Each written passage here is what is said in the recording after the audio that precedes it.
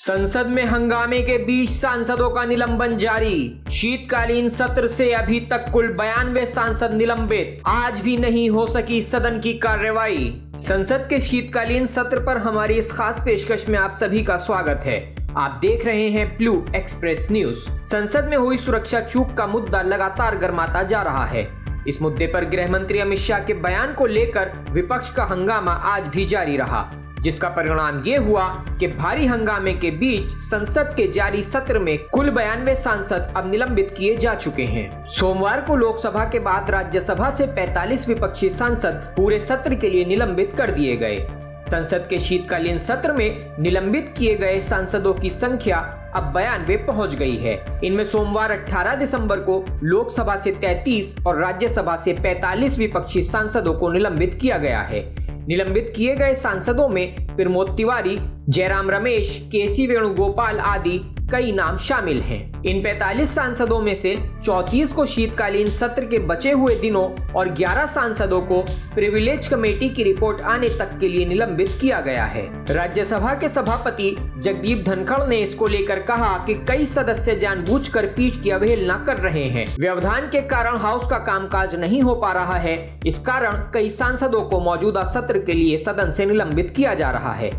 उन्होंने कार्यवाही स्थगित करते हुए कहा कि मेरा सिर शर्म से झुक रहा है कि हम जनता की भावनाओं की और उनकी अपेक्षाओं की कद्र नहीं कर पा रहे। दरअसल विपक्षी दल संसद की सुरक्षा में चूक को लेकर लगातार राज्यसभा और लोकसभा में केंद्रीय गृह मंत्री अमित शाह के बयान की मांग कर रहे हैं। वहीं सरकार इसको लेकर पलटवार करते हुए कह रही है कि जांच चल रही है। ऐसे में विपक्ष सिर्फ और सिर्फ राजनीति कर रहा है। सांसदों के निलंबन पर कांग्रेस अध्यक्ष मल्लिकार्जुन खड़गे ने सरकार को घेरते हुए कहा कि मोदी सरकार ने लोकतंत्र पर हमला किया है। उन्होंने सोशल मीडिया प्लेटफॉर्म एक्स पर लिखा कि 13 दिसंबर 2023 को संसद पर हमला हुआ। आज फिर मोदी सरकार ने संसद और लोकतंत्र पर हमला किया है।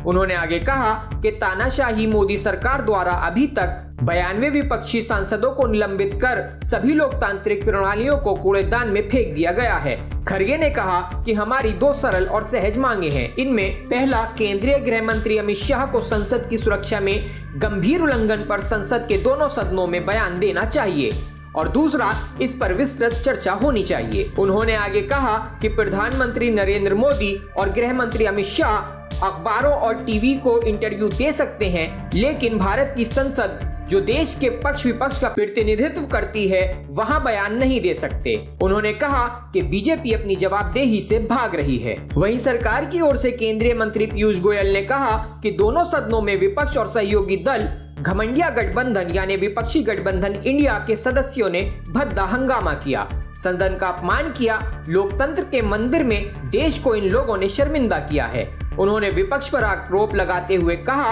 कि स्पीकर ओम बिरला और चेयरमैन जगदीप धनखड़ का भी अपमान किया गया है। बार बार अनुरोध किया गया, माननीय सदस्यों को अपील करी गई कि वो अपने सीट पर बैठ के बोले। बार बार अपील किया गया कि प्लैकार्ड लेके ना आए।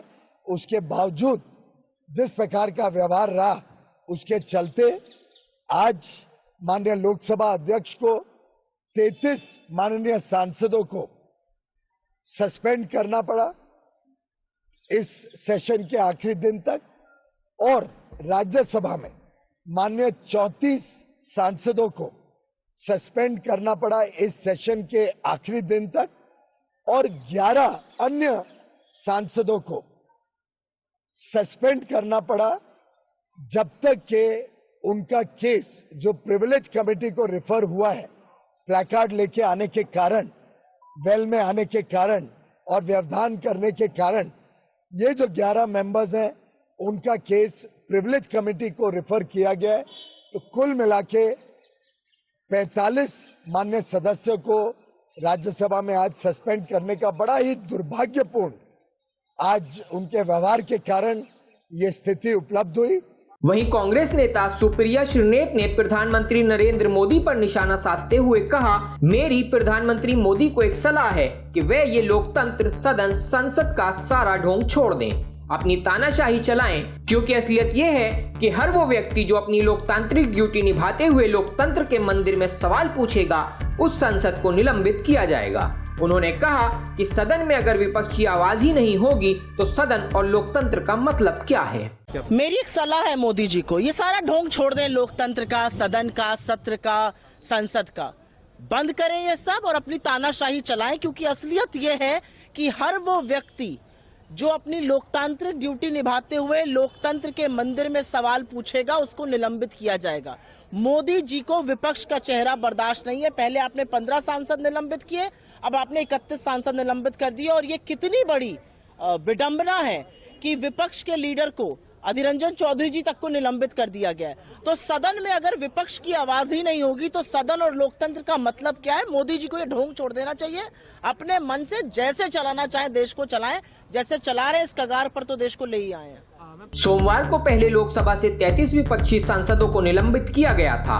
इसमें 30 सांसदों को सत्र की विशेष अवधि के लिए और 3 अन्य सांसदों को आने तक निलंबित किया गया है। इनमें अधीर रंजन चौधरी, के मुरलीधरन, प्रसून बनर्जी आदि सांसद शामिल हैं। निलंबन के बाद राज्यसभा से निलंबित कई विपक्षी सांसदों ने संसद के बाहर मकर द्वार पर विरोध प्रदर्शन किया।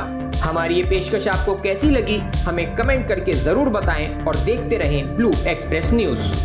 अगर आपको हमारी ये पेशकश पसंद आई है तो वीडियो को लाइक करना और चैनल को सब्सक्राइब करना ना भूलें।